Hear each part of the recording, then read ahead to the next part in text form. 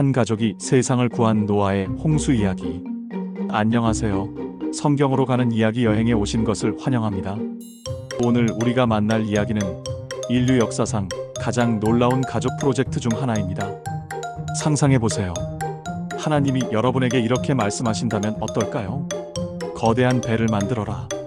곧 온 세상에 큰 홍수가 날 것이다. 비가 오지도 않는 맑은 하늘을 보며 방주를 짓는 노아와 그의 가족들. 사람들은 그들을 비웃었지만 이 가족은 포기하지 않았습니다. 과연 무엇이 이들을 그토록 확신에 차게 만들었을까요? 그리고 이 이야기가 현대를 사는 우리 가족들에게 전하는 메시지는 무엇일까요? 지금부터 창세기 6장부터 9장까지 노아와 그의 가족이 온 세상을 구한 놀라운 이야기를 함께 떠나보겠습니다. 일부 타락한 세상과 의로운 한 가족. 가인이 아벨을 죽인 후 시간이 흘렀습니다. 인류는 점점 번성했지만 그들의 마음은 점점 악해졌습니다. 여호와께서 사람의 죄악이 세상의 관영함과 그의 마음으로 생각하는 모든 계획이 항상 악할 뿐임을 보시고, 상상해보세요. 온 세상 사람들의 마음이 악한 생각으로만 가득 차 있는 상황을. 거짓말, 폭력, 탐욕, 미움, 이런 것들이 일상이 되어버린 세상을. 하나님의 마음은 어떠셨을까요? 여호와께서 땅 위에 사람 지으심을 한탄하사 마음에 근심하시고, 하나님이 한탄하시고 근심하셨다고 성경은 기록합니다. 사랑으로 창조하신 인간들이 이렇게 타락한 모습을 보시며 얼마나 마음 아프셨을까요? 하나님은 마침내 심판을 결정하셨습니다. 하지만 그 마음이 얼마나 무거우셨을까요? 그런데 그 어둠 속에서도 빛나는 가족이 있었습니다. 그러나 노아는 여호와께 은혜를 입었더라. 노아라는 사람입니다. 성경은 그를 이렇게 소개합니다. 노아는 의인이요 당대의 완전한 자라. 그는 하나님과 동행하였으며. 당대의 완전한 자라는 표현이 인상적입니다. 모든 사람이 악할 때 노아만큼은 달랐다는 뜻이죠. 노아에게는 아내가 있었고 세 아들 셈과 함과 야벳이 있었습니다. 그리고 세 며느리들도 있었어요. 총 8식구의 가족이었습니다. 이 가족이 특별했던 것은 무엇일까요? 그들은 하나님을 경외하는 가족이었습니다. 온 세상이 하나님을 잊고 살 때 이 가족만은 하나님을 믿고 따르는 가족이었어요. 이부 불가능해 보이는 명령과 가족의 협력. 어느 날 하나님이 노아에게 말씀하셨습니다.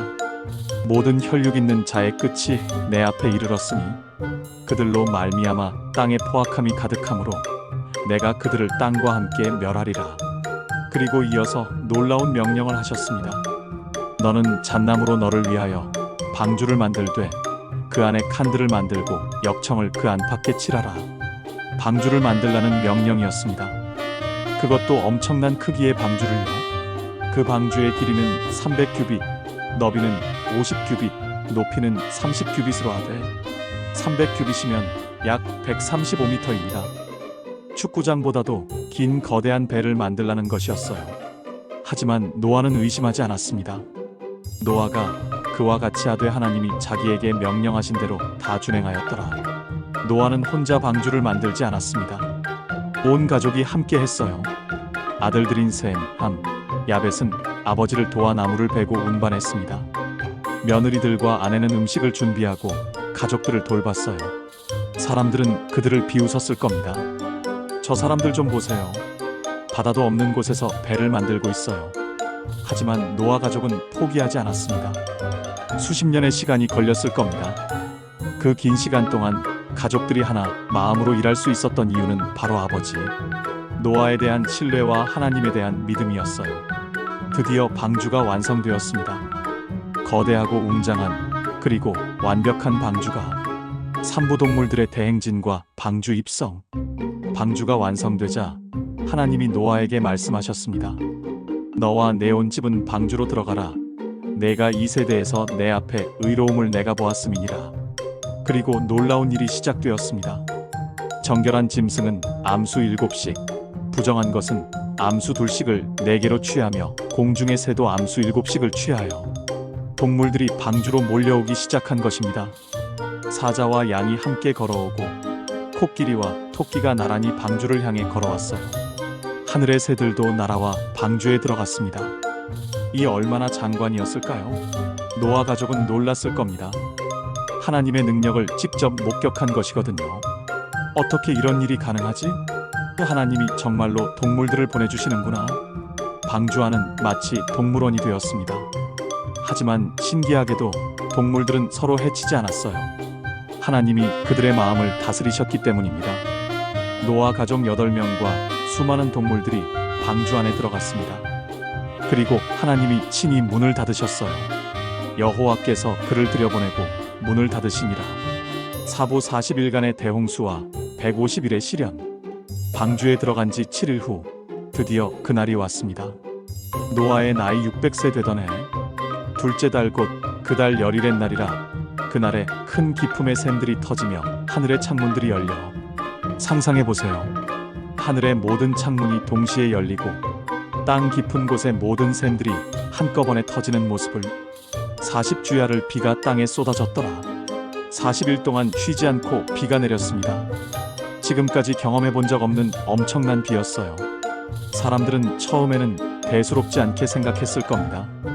그냥 비가 좀 많이 오는구나. 곧 그치겠지. 하지만 비는 그치지 않았습니다. 하루, 이틀, 일주일 계속해서 쏟아져 내렸어요. 물이 땅에 더욱 창이람의 천하의 높은 산이 다 잠겼더라. 모든 산이 잠겼습니다. 히말라야 산도 에베레스트 산도 모두 물 아래로 잠겨버렸어요. 방주 밖에서는 엄청난 재앙이 벌어지고 있었지만 방주 안은 평화로웠습니다. 노아와 그의 가족들은 매일 동물들을 돌봤어요. 먹이를 주고 우리를 청소하고 아픈 동물이 있으면 돌봐주었습니다. 하지만 가족들은 원망하지 않았습니다. 오히려 감사했어요. 우리가 살아있구나. 하나님이 우리를 구해주셨어. 가족이 모두 함께 있어서 든든해.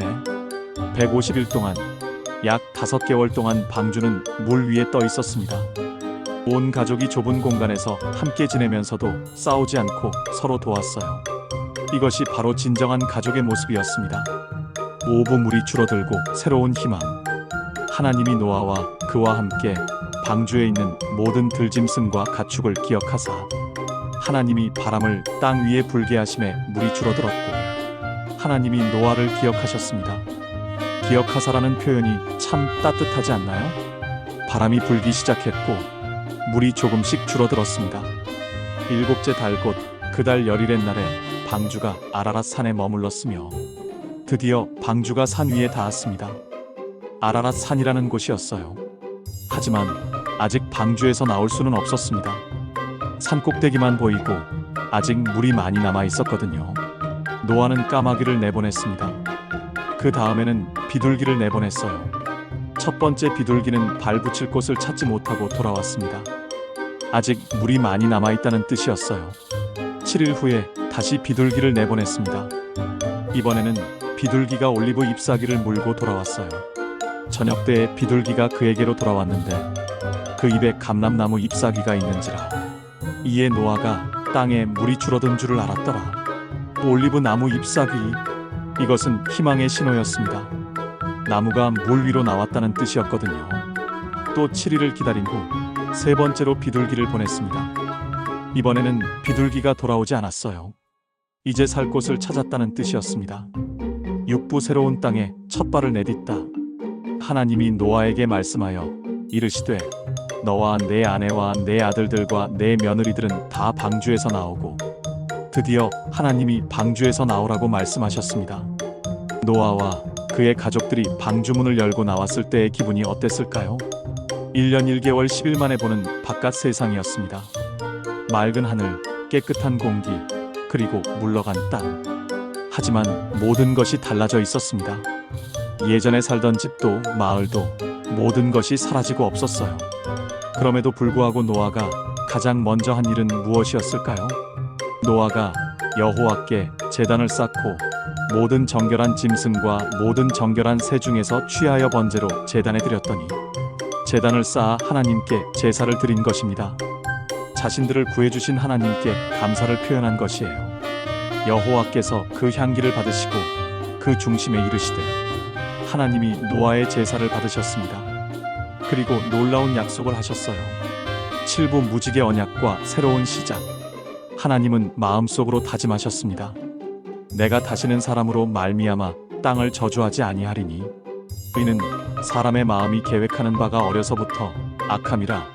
내가 전에 행한 것 같이 모든 생물을 다시 멸하지 아니하리니 다시는 홍수로 세상을 심판하지 않겠다는 약속이었습니다.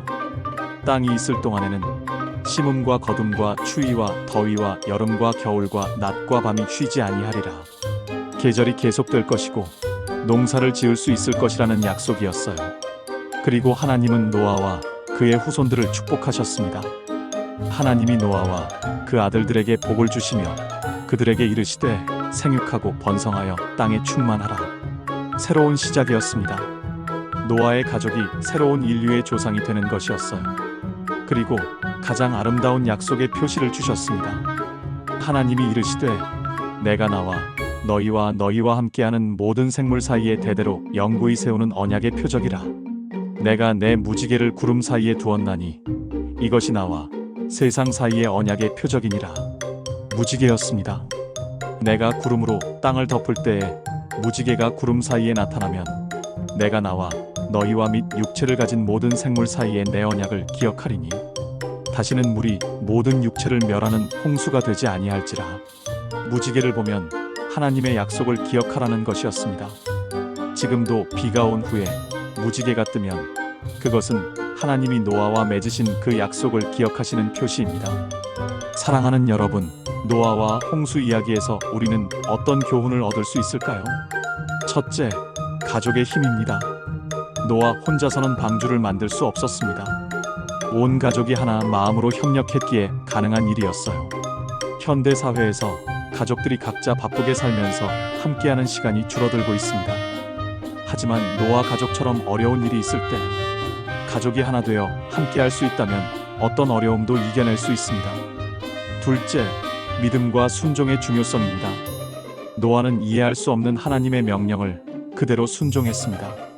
사람들이 비웃어도 상식적으로 말이 안 되어도 믿음으로 행했어요. 우리 삶에서도 때로는 이해되지 않는 일들이 있습니다.